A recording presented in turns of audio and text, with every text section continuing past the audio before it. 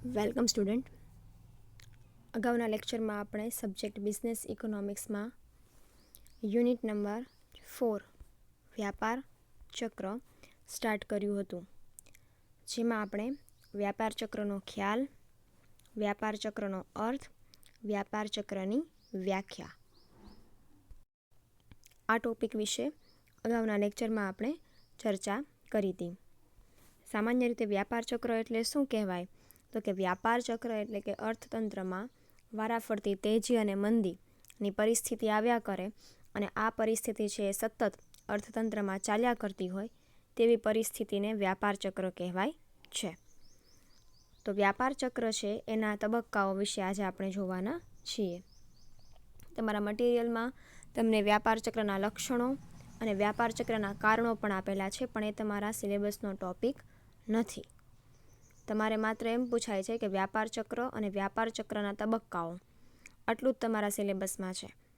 તો વ્યાપાર ચક્રના તબક્કાઓ જે છે એ મુખ્ય 4 છે: સુધારણા, વિસ્તરણ, ઓટ અને સંકોચન. જેને બીજા 4 અર્થમાં આપણે જોવું હોય તો આપણે એવું કહી શકીએ કે ભાઈ દરેક અર્થશાસ્ત્રીઓ છે એ દરેક અર્થશાસ્ત્રીઓ દ્વારા વ્યાપાર ચક્ર માટેના તબક્કાઓ છે એ અલગ અલગ રીતે રજૂ કરવામાં આવ્યા છે. પણ સામાન્ય રીતે વ્યાપાર ચક્રના જો 4 મુખ્ય તબક્કાઓ હોય તો એ આ 4 મુખ્ય તબક્કાઓ છે: સુધારણા, વિસ્તરણ, ઓટ અથવા તો અવરોહ અને સંકોચન. તો કે દરેક અર્થશાસ્ત્રી છે એને પોતાની રીતે પોતાના અભિપ્રાયો રજૂ કર્યા છે વ્યાપાર ચક્રના પ્રકારો માટે કે તબક્કાઓ માટે. તો સામાન્ય રીતે લેખકોના મત મુજબ એક તળિયેથી શરૂઆતથી બીજા તળિયા સુધીના અથવા તો ટોચથી શરૂઆતથી બીજી ટોચ સુધીના અભ્યાસ પરથી એક વ્યાપાર ચક્ર સમજાવી શકાય છે. શુમ્પીટરે આ પ્રકારના વર્ગીકરણને સ્વીકાર કરે છે, પરંતુ તેમના મતે વ્યાપાર ચક્રમાં અર્થતંત્રની સમતુલાની સ્થિતિની શરૂઆત કરવી જોઈએ, પછીની સમતુલા ઉપરના તથા નીચેના ક્રમબદ્ધ આવતા તબક્કાઓને આવરી લેવા જોઈએ. આમ કરવાથી તેજી અને ઓટ સમતુલાની ઉપરના તબક્કામાં બનશે અને મંદી તથા સુધારણા સમતુલા નીચેના તબક્કામાં બનશે. સામાન્ય રીતે આપણે શું કરતા હોઈએ કે વ્યાપાર ચક્ર જે છે એક પ્રકારનું કહેવાય ને કે ભાઈ એક પ્રકારનું ફ્લો છે, એક પ્રકારનો એવો સ્ત્રોત છે કે જેમાં ઉપરથી નીચે તરફ અને નીચેથી ઉપરની તરફ બધા જ તબક્કાઓ શું કરતા હોય? વારાફરતી ગતિ કરતા હોય છે.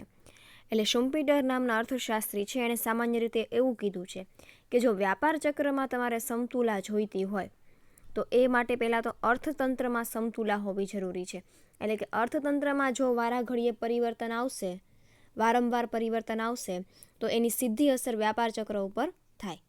અર્થતંત્રમાં એટલે કે ઇકોનોમિક પરિસ્થિતિમાં, આર્થિક પરિસ્થિતિઓમાં ફેરફાર આવે, જેમ કે અમુક સમયે તેજી હોય, અમુક સમયે મંદી હોય, અમુક સમયે બીજા કોઈ પણ આર્થિક ફેરફારો છે આવે. જેમ કે આર્થિક ફેરફારો કેવા ફેરફારો કહેવાય કે જે આપણા અંકુશમાં નથી, બરાબર? એવા ફેરફારો કે જે આપણા અંકુશમાં નથી, પણ અર્થતંત્રમાં ફોર એક્ઝામ્પલ રૂપિયા સામે ડોલરની કિંમત વધવી કે ઘટવી, આ એક આર્થિક પરિવર્તન છે, બરાબર?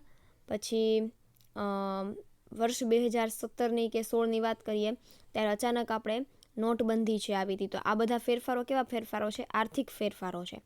આ ફેરફારો છે એ એવા ફેરફારો છે કે જે પેઢીના કે એકમના માલિકના અંકુશમાં નથી હોતા. એ આર્થિક ફેરફારો છે. આર્થિક ફેરફાર આવે એટલે એને પોતાની પેઢીની પ્રવૃત્તિઓમાં ફેરફાર લાવવો પડે. તો એના કારણે વ્યાપાર ચક્રમાં સમતુલા ત્યારે જ જળવાય જ્યારે તેની અંદર આર્થિક પરિવર્તનો છે એ ઓછા આવતા હોય. અને એ માટે આર્થિક પરિવર્તન અને વ્યાપાર ચક્ર છે એ 2 પ્રકારનો, એક ઉપરથી નીચે તરફ અને એક નીચેથી ઉપર તરફ. તો ઉપરથી આમ કરવાથી તેજી અને ઓટની સમતુલા ઉપરના તબક્કાઓ બનશે. એટલે કે તેજી અને ઓટ જે છે એ ઉપરથી નીચે તરફ આવતા તબક્કાઓમાં જોવામાં આવે છે. તેજી અને ઓટ એ ઉપરથી નીચે તરફના તબક્કાઓમાં આવતા જોવા મળે છે, જ્યારે મંદી અને સુધારણાનો તબક્કો છે એ નીચેથી ઉપરના તબક્કા તરફ જતો જોવા મળે છે.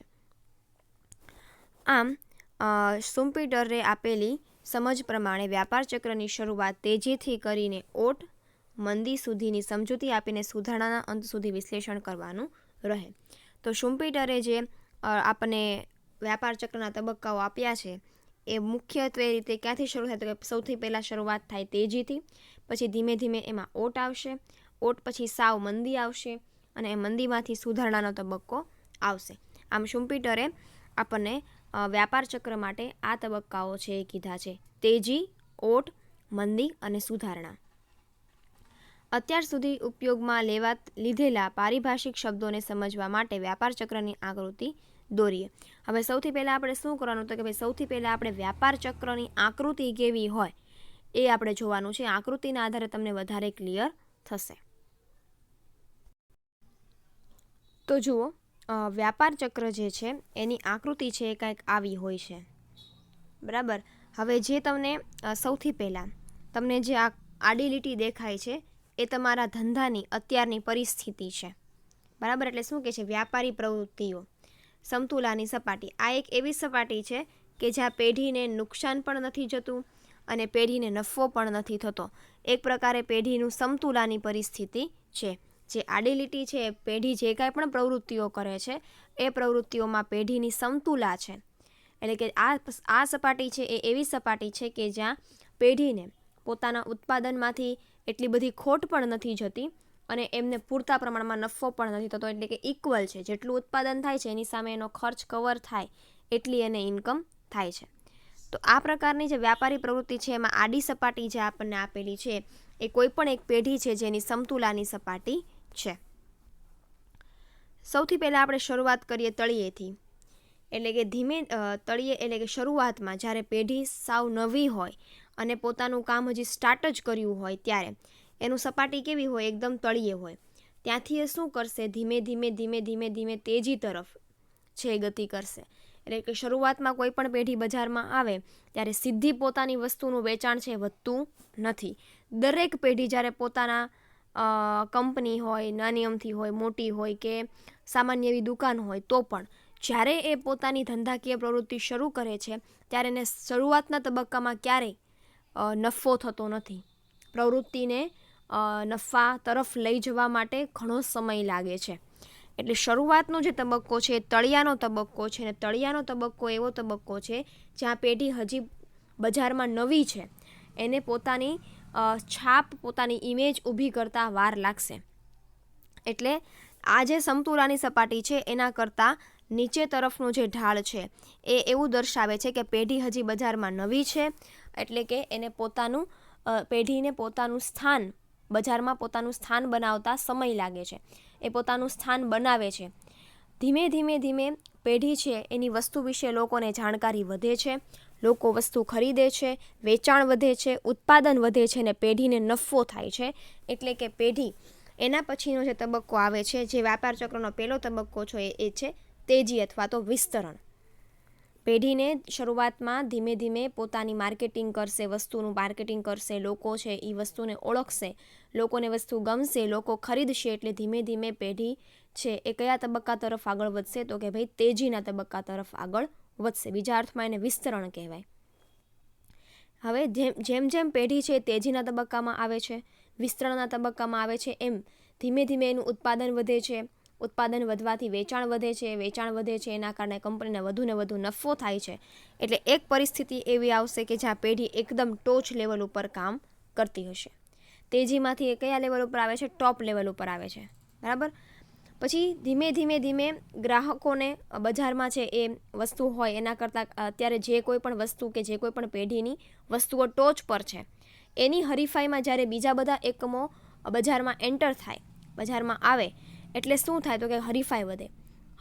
એના કારણે શું થાય તો કે ભાઈ જે કોઈ પણ ઉત્પાદકો, જે કોઈ પણ ખરીદનારાઓ છે જે આપણી વસ્તુ ખરીદે છે એને એની અવેજી વસ્તુ બજારમાં છે એ મળે છે.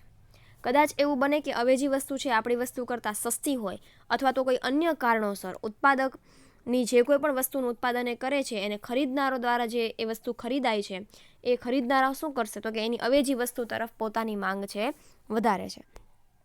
તો એક સમય એવો આવે છે કે જ્યાં પેઢી ટોચ લેવલ ઉપર હોય છે, ધીમે ધીમે એમના હરીફાઈ આવે છે, હરીફાઈમાં કામ કરતા એકમો આવે છે, એની સંખ્યા વધે છે, એટલે ધીમે ધીમે પાછું શું થાય છે, પેઢીના વેચાણમાં ઘટાડો થાય છે, એટલે કે ઓટની પરિસ્થિતિ તરફ આવે છે.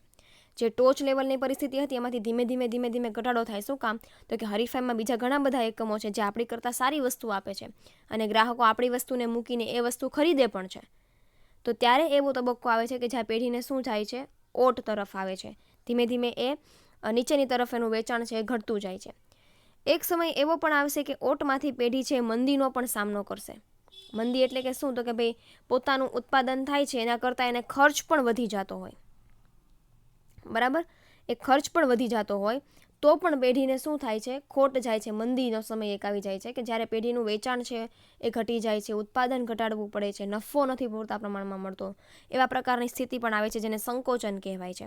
મંદીના તબક્કાને બીજા અર્થમાં, બીજા શબ્દમાં સંકોચન પણ કહેવાય છે. પછી એક તળિયાની પરિસ્થિતિ ફરી પાછી પેઢી છે ક્યાં આવી જાય છે, સાવ લો લેવલ ઉપર આવી જાય, સાવ તળિયાના તબક્કે આવી જાય છે. ત્યાંથી ફરી પાછું પેઢી છે એ શું કરે છે, ધીમે ધીમે સુધારણા તરફ થાય છે. એટલે કે મંદીના તબક્કામાંથી પેઢી પોતાના વેચાણમાં સુધારો કરે છે, માર્કેટિંગની પ્રવૃત્તિઓમાં સુધારો કરે છે, ઉત્પાદનની પદ્ધતિમાં થોડો ઘણો ફેરફાર કરે છે, ખર્ચ ઘટાડે છે અને ફરી પાછો કયા તબક્કા તરફ થાય છે, તો કે સુધારણા તરફ જાય છે. પહેલાંની પરિસ્થિતિ કરતાં પેઢી પોતાની પરિસ્થિતિમાં, મંદીની પરિસ્થિતિમાંથી ફરી પાછું બહાર નીકળવા માટે પેઢી શું કરે છે, પોતાના ઉત્પાદન, વેચાણ બધામાં શું કરે છે, ફરી પાછો સુધારો કરે છે. સુધારો કરે છે એટલે કંપની ફરી પાછી તેજીના તબક્કાઓ તરફ આગળ વધે છે. આ રીતે એક આખું ચક્ર છે એ ચાલ્યા કરે છે. પણ એ ચક્ર ચાલ્યા કરે છે ત્યારે તમારે એક વસ્તુ ખાસ સમજવી પડે, એ છે કે તમારી જે આ સમતુલાની સપાટી છે, આ સમતુલાની સપાટી કરતાં જ્યારે તમે નીચેના ભાગમાં કામ કરતા હો ત્યારે પેઢી છે એ આપણે એવું કહી શકીએ કે ખૂબ ઓછા નફાથી કામ કરે છે. એ આ સમતુલાની જે સપાટી છે એની જ્યારે, એટલે કે આ સંકોચન, સુધારણાનો તબક્કો હોય ને મંદીનો તબક્કો હોય ત્યારે પેઢીને છે એ ખૂબ ઓછો નફો થતો હોય છે. જ્યારે આ સમતુલાથી ઉપરનો જે તબક્કાઓ છે જેમાં તેજી અને ઓટનો તબક્કો આવે છે ત્યારે શું કહેતો કે ત્યારે પેઢીને પોતાનું જે ઉત્પાદન કરે છે એના કરતાં વધુ પ્રમાણમાં એને નફો થાય છે. તો આ રીતે સતત ચક્ર છે એ ચાલ્યા કરે છે, જેને સામાન્ય રીતે વ્યાપાર ચક્ર તરીકે આપણે બધા સમજીએ છીએ. તો શું કહે છે કે અત્યાર સુધી ઉપયોગમાં લીધેલા પારિભાષિક શબ્દોને સમજવા માટે વ્યાપાર ચક્રની આકૃતિ જોઈએ. આકૃતિ આપણે સમજ્યા. આકૃતિ પરથી જોઈ શકાય કે સમય સાથે વ્યાપારી પ્રવૃત્તિઓમાં થતી વધઘટને આપણે તબક્કાઓમાં વહેંચી નાખીએ છીએ. એટલે કે આપણા વેપારમાં જે કાંઈ પણ પરિસ્થિતિઓમાં ફેરફાર આવે છે એને આપણે શેમાં વિભાજિત કરીએ છીએ, વ્યાપાર ચક્રના અલગ અલગ તબક્કાઓમાં વિભાજિત કરી નાખીએ છીએ. આ તબક્કાઓ એકબીજા સાથે સંકળાયેલા છે. બર્નસ અને મિચેલે આપેલા વિસ્તરણ અને સંકોચન શબ્દને આકૃતિમાં ક્રોસમાં રાખીને વધુ પ્રચલિત શબ્દો તેજી અને મંદીને અનુક્રમે ઉપયોગમાં લીધા છે. તો કે બર્નસ અને મિચેલ નામના અર્થશાસ્ત્રી છે એણે તેજીના તબક્કાને વિસ્તરણ કીધું છે અને મંદીના તબક્કાને સંકોચન કીધું છે. આ જ તબક્કાઓને આપણે તેજી અને મંદીના તબક્કાઓ તરીકે પણ ઓળખીએ છીએ. આકૃતિમાં ટોચ અને તળિયું અનુક્રમે ઉપરનું અને નીચેનું વળાંક બિંદુ સૂચવે છે. ટોચ અને તળિયું એટલે શું? સમતુલા બિંદુનો ઉપરનો ભાગ એટલે કે ટોચ લેવલ, અને સમતુલાની સપાટી છે એનાથી નીચેનો ભાગ એટલે શું થાય છે? તળિયાનું લેવલ. એક ટોચથી બીજી ટોચ સુધીનો, એક તળિયાથી બીજા તળિયા સુધીનો અભ્યાસનું વિશ્લેષણ એક પૂર્ણ વ્યાપાર ચક્ર દર્શાવે છે. એટલે કે આપણે ઉપરના ભાગમાં જોઈએ, ટોચના ભાગમાં, તો ટોચના ભાગમાં 2 તબક્કાઓ આવે છે, તેજી અને ઓટ, અને તળિયાના ભાગમાં 2 તબક્કાઓ આવે છે, સુધારણા અને મંદી, જેના કારણે આખું વ્યાપાર ચક્ર છે સંપૂર્ણ બને છે. પરંતુ જો શુમ્પિન્ડરની સમજ પ્રમાણે વ્યાપાર ચક્ર સમજવું હોય તો આકૃતિમાં એ બિંદુ અને બી બિંદુ, એ બિંદુથી શરૂ કરીને બી બિંદુ સુધીની પ્રક્રિયા જાણવાની રહે છે. તો જો આપણે શુમ્પિન્ડરની મદદથી વ્યાપાર ચક્રની પરિસ્થિતિને સમજવી હોય તો એને એ અને બી બિંદુ દ્વારા એ સમજાવી છે. એ અને બી બિંદુ દ્વારા એટલા માટે સમજાવી છે કે એ બિંદુ છે એવું બિંદુ છે જ્યાંથી વ્યાપાર ચક્રની શરૂઆત થાય છે, અને બી બિંદુ છે એવું તબક્કો છે કે જ્યાં વ્યાપાર ચક્રનું સંપૂર્ણ 4 તબક્કાઓ છે શું થાય છે?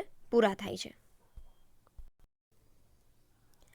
તો વ્યાપાર ચક્રનું આકૃતિ સમજ્યા પછી હવે તમને એના તબક્કાઓ સમજવા છે વધારે સરળ લાગશે. તો આપણે જોઈએ હવે આગળ. તમારા મટીરિયલમાં છે તમને બધી માહિતી આપી છે, બહુ ડિટેલમાં આપી છે. બરાબર. તો આપણે અમુક માહિતી છે એને ધ્યાનમાં નહીં લઈએ. શું કામ? તો કે જે તમારા સિલેબસનો પાર્ટ નથી, બરાબર. એટલા માટે અમુક જે છે ટૉપિક છે તમને એક્સ્ટ્રા આપેલા છે. તો તમારે ખાસ હું તમને જેટલું અત્યારે લેક્ચરમાં જેટલું કરાવું છું એના ઉપર વધારે તમારે ફોકસ કરવાનું છે.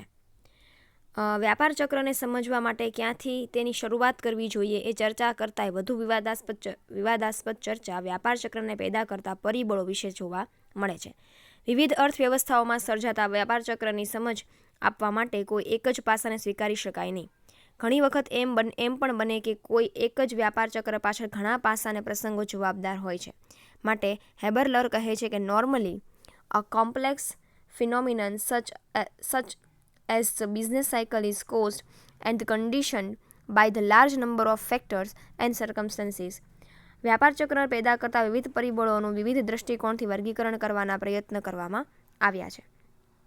પાકમાં થયેલી વધઘટ કે શોધખોળ જેવા પરિબળોના કારણે વ્યાપાર પ્રવૃત્તિઓને સીધી જ અસર થતી હોવાથી તેને સક્રિય પરિબળ તરીકે અને સંસ્થાકીય પાસાને વેતન સપાટી, વેપારી પેઢીનું માળખું અને વગેરે ગૌણ પરિબળ તરીકે ઓળખવાના પ્રયત્ન કરવામાં આવ્યા છે.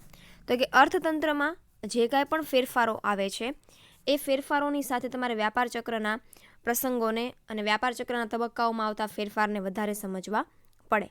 એટલે શું કહે છે કે વ્યાપાર ચક્રના મુખ્યત્વે કેવા પરિબળો અસર કરે? તો કે આર્થિક વ્યવસ્થાઓમાં સર્જાતા પરિબળો જે છે, આર્થિક વ્યવસ્થાઓમાં જે પરિબળો, આર્થિક વ્યવસ્થામાં જે કાંઈ પણ પરિવર્તનો સર્જાય છે એની સીધી જ અસર વ્યાપાર ચક્ર ઉપર છે એ જોવા મળે છે. એટલે કે આર્થિક પ્રવૃત્તિઓમાં જે ફેરફાર આવે એ ફેરફારની સાથે તમારે વ્યાપાર ચક્રની પ્રવૃત્તિઓમાં અને તબક્કાઓને એ વ્યાપાર ચક્રમાં આવતા ફેરફારો એના તબક્કાઓને કેવી અસર કરે છે એ તમારે ખાસ જોવું જોઈએ.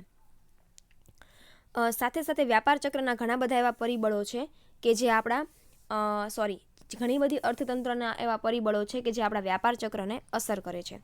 જેમ કે પાકમાં થયેલી વધઘટ. આપણે કોઈ પણ ઉત્પાદન કરતા હોઈએ એ પાકમાં વધઘટ થાય એનું એક રીઝન શું હોય? તો કે ભાઈ કાં તો વરસાદ પૂરતા પ્રમાણમાં ન હોય, કુદરતી વાતાવરણ પાક પ્રમાણેનું પૂરતા પ્રમાણમાં ન હોય તો પણ પાકમાં વધઘટ છે જોવા મળે છે, જેની સીધી અસર વ્યાપારના તબક્કાઓ ઉપર આવે છે. વ્યાપાર ચક્રના તબક્કાઓ ઉપર તેની સક્રિય અસર જોવા મળે છે.